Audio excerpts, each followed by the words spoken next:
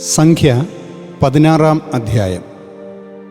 അപ്പോൾ ലേവിയുടെ മകനായ കൊഹാത്തിൻ്റെ മകൻ ഇസ്ഹാറിൻ്റെ മകനായ കോറഹും റൂബന്യരിൽപ്പെട്ട ഏലിയാബിൻ്റെ പുത്രന്മാരായ ദാത്താൻ, അബീറാം എന്നിവരും പെലത്തിൻ്റെ മകൻ ഓനും തുനിഞ്ഞിറങ്ങി. സമൂഹ നേതാക്കളും പേരെടുത്ത യോഗപ്രതിനിധികളുമായ ഇസ്രായേല്യരിൽ നിന്നുള്ള 250 ആളുകളോടൊപ്പം മോശയുടെ മുമ്പിൽ എതിർത്തുനിന്നു. അവർ മോശയ്ക്കും അഹ്റോനുമെതിരെ സംഘം ചേർന്ന് അവരോട് പറഞ്ഞു, നിങ്ങൾ അതിരുവിടുന്നു. സമൂഹം ഒന്നടങ്കം വിശുദ്ധരാണ്, അവരുടെ ഇടയിൽ കർത്താവുമുണ്ട്. പിന്നെന്തിന് നിങ്ങൾ കർത്താവിൻ്റെ സഭയ്ക്കുമേൽ നേതാവ് ചമയുന്നു? ഇതു കേട്ടപ്പോൾ മോശ മുഖം മുട്ടേ വീണു. അവൻ കോറഹിനോടും അവൻ്റെ സമൂഹം മുഴുവനോടുമായി ഇപ്രകാരം പ്രസ്താവിച്ചു: പ്രഭാതമാകട്ടെ, കർത്താവ് തനിക്കുള്ളവനാരെന്നും വിശുദ്ധനാരെന്നും വെളിപ്പെടുത്തി തൻ്റെ പക്കൽ കൊണ്ടുവരും. അവിടുന്ന് തിരഞ്ഞെടുക്കുന്നവനെ തൻ്റെ അടുത്തു കൊണ്ടുവരും. കോറഹേ, സമൂഹം മുഴുവനുമേ, നിങ്ങൾ ഇത് ചെയ്യുവിൻ.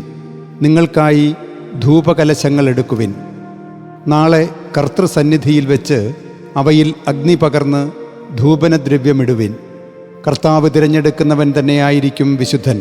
ലേവ്യരെ, നിങ്ങളാണ് അതിരുവിടുന്നത്.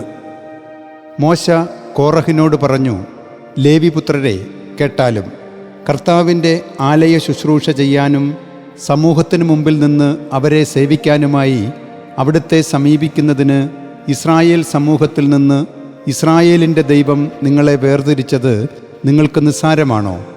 അവിടുന്ന് നിന്നെയും നിന്നോടൊപ്പം ലേവിപുത്രന്മാരായ നിന്റെ എല്ലാ സഹോദരന്മാരെയും തൻ്റെ അടുത്തു നിൽക്കാനിടയാക്കി. എന്നിട്ടും നിങ്ങൾ പൗരോഹിത്യം കൂടി കാക്ഷിക്കുകയാണോ? ആകയാൽ കർത്താവിനെതിരെയാണ് നീയും നിന്റെ സമൂഹവും സംഘം ചേർന്നിരിക്കുന്നത്. പിന്നെ അഹ്റോൻ, നിങ്ങൾ അവനെതിരെ പിറുപിറുക്കുന്നതെന്തിന്? അനന്തരം ഏലിയാബിൻ്റെ മക്കളായ ദാത്താനെയും അബീറാമിനെയും വിളിക്കാൻ മോശ ആളയച്ചു. എന്നാൽ അവർ പറഞ്ഞു, ഞങ്ങൾ വരുന്നില്ല. മരുഭൂമിയിൽ വെച്ച് ഞങ്ങളെ കൊല്ലേണ്ടതിന് പാലും തേനും ഒഴുകുന്ന നാട്ടിൽ നിന്ന് കൊണ്ടുവന്നത് പോരാഞ്ഞിട്ടാണോ നീ ഞങ്ങളുടെ മേൽ സ്വയം അധിപതിയാകാൻ ശ്രമിക്കുന്നത്? നീയാകട്ടെ ഞങ്ങളെ തേനും പാലും ഒഴുകുന്ന ദേശത്ത് കൊണ്ടെത്തിക്കുകയോ നിലത്തിൻ്റെയോ മുന്തിരിത്തോട്ടത്തിൻ്റെയോ അവകാശം ഞങ്ങൾക്ക് തരികയോ ചെയ്തിട്ടില്ല. ഈ ആളുകളുടെ കണ്ണുകൾ അന്ധമാക്കാമെന്നാണോ? ഞങ്ങൾ കയറി വരികയില്ല.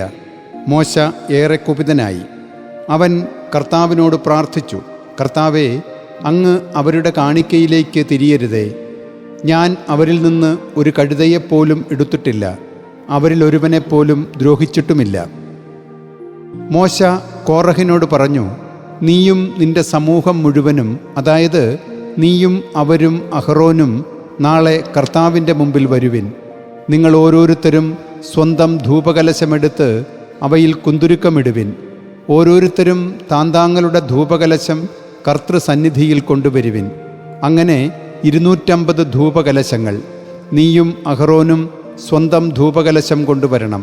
സ്വന്തം ധൂപകലശമെടുത്ത് ഓരോരുത്തരും അവയിൽ അഗ്നി പകർന്ന് അവയിൽ കുന്തുരുക്കമിട്ടു. സമാഗമ കൂടാരവാതിക്കൽ അവർ നിന്നു. ഒപ്പം മോശയും അഹ്റോനും. സമൂഹത്തെ മുഴുവൻ സമാഗമ കൂടാരവാതിൽക്കൽ അവർക്കെതിരെ കോറഹ് ഒരുമിച്ച് കൂട്ടി. അപ്പോൾ കർത്താവിൻ്റെ മഹത്വം സമൂഹത്തിന് മുഴുവൻ കാണപ്പെട്ടു.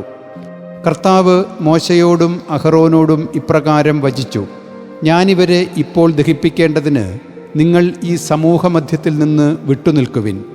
അവർ തങ്ങളുടെ മുഖം മുട്ടേ വീണു പ്രാർത്ഥിച്ചു. ഓരോ ശരീരിയുടെയും ചൈതന്യത്തിൻ്റെ ദൈവമായ തമ്പുരാനെ, ഒരാൾ പാപം ചെയ്തതിന് അങ്ങ് സമൂഹം മുഴുവനുമെതിരെ കോപിക്കുമോ? കർത്താവ് മോശയോട് ഇപ്രകാരം വചിച്ചു: കോറഹ്, ദാത്താൻ, അബീറാം എന്നിവരുടെ താമസസ്ഥലത്തിൻ്റെ ചുറ്റും നിന്ന് വിട്ടുമാറുവിൻ എന്ന് സമൂഹത്തോട് ആജ്ഞാപിക്കുക. മോശ എഴുന്നേറ്റ് ദാത്താൻ്റെയും അബീറാമിൻ്റെയും അടുത്തേക്ക് ചെന്നു. ഇസ്രായേല്യ ശ്രേഷ്ഠന്മാരും അവനെ അനുഗമിച്ചു. അവൻ സമൂഹത്തോട് ഇപ്രകാരം അഭ്യർത്ഥിച്ചു: ഇവരുടെ എല്ലാ പാപങ്ങളും മൂലം നിങ്ങൾ തൂത്തെറിയപ്പെടാതിരിക്കേണ്ടതിന് ദുഷ്ടന്മാരായ ഈ ആളുകളുടെ കൂടാരങ്ങളിൽ നിന്ന് നിങ്ങൾ ദയവായി ഒഴിഞ്ഞുമാറുവിൻ. അവരുടേതായ ഒന്നും നിങ്ങൾ സ്പർശിക്കരുത്. കോറഹ്, ദാത്താൻ, അബീറാം എന്നിവരുടെ താമസസ്ഥലത്തിൻ്റെ ചുറ്റും നിന്ന് അവർ വിട്ടുമാറി. ദാത്താനും അബീറാമും അവരുടെ ഭാര്യമാരും മക്കളും ശിശുക്കളും പുറത്തു വന്ന് തങ്ങളുടെ കൂടാരങ്ങളുടെ വാതിൽക്കൽ നിലകൊള്ളുകയായിരുന്നു. അപ്പോൾ മോശ പറഞ്ഞു, ഈ പ്രവൃത്തികളെല്ലാം ചെയ്യാൻ കർത്താവാണ് എന്നെ അയച്ചിരിക്കുന്നതെന്നും അവ സ്വമേധയാ അല്ലെന്നും ഇതുവഴി നിങ്ങളറിയും. ഏതു മനുഷ്യൻ്റെയും മരണം പോലെയാണ് ഇവരും മരിക്കുന്നതെങ്കിൽ, അഥവാ ഏതു മനുഷ്യൻ്റെയും വിധി തന്നെയാണ് ഇവരുടെ മേലും വന്നുകൂടുന്നതെങ്കിൽ കർത്താവല്ല എന്നെ അയച്ചത്. എന്നാൽ കർത്താവ് ഒരു പുതിയ കാര്യം ചെയ്ത് ഭൂമി വായ് പിളർന്ന് അവരെയും അവർക്കുള്ള സമസ്തവും വിഴുങ്ങുകയും അവർ ജീവനോടെ പാതാളത്തിലേക്ക് താഴുകയും ചെയ്യുന്നെങ്കിൽ അവർ കർത്താവിനെ നിന്ദിച്ചിരിക്കുന്നെന്ന് നിങ്ങൾ അറിയണം. അവൻ ഈ കാര്യങ്ങളെല്ലാം സംസാരിച്ചു കഴിഞ്ഞപ്പോഴേക്കും അവർക്ക് താഴെയുള്ള നിലം നെടുകെ പിളർന്നു. ഭൂമി വായ് തുറന്ന് അവരെയും അവരുടെ ഭവനങ്ങളെയും കോറഹിന് സ്വന്തമായിരുന്ന എല്ലാ മനുഷ്യരെയും സകല വസ്തുവകകളെയും വിഴുങ്ങി. അവരും അവർക്കുണ്ടായിരുന്ന സകലതും ജീവനോടെ പാതാളത്തിലേക്ക് താണു. ഭൂമി അവരെ മൂടി. അങ്ങനെ സമൂഹമധ്യത്തിൽ നിന്ന് അവർ ഇല്ലാതായി. അവർക്ക് ചുറ്റുമുണ്ടായിരുന്ന ഇസ്രായേൽക്കാരെല്ലാവരും ഭൂമി നമ്മെ വിഴുങ്ങാതിരിക്കട്ടെ എന്ന് പറഞ്ഞ് അലറി ഓടിയകന്നു. കർത്താവിൽ നിന്ന് അഗ്നി പുറപ്പെട്ട് ധൂപാർച്ചന നടത്തിക്കൊണ്ടിരുന്ന 250 പേരെയും ദഹിപ്പിച്ചു കളഞ്ഞു.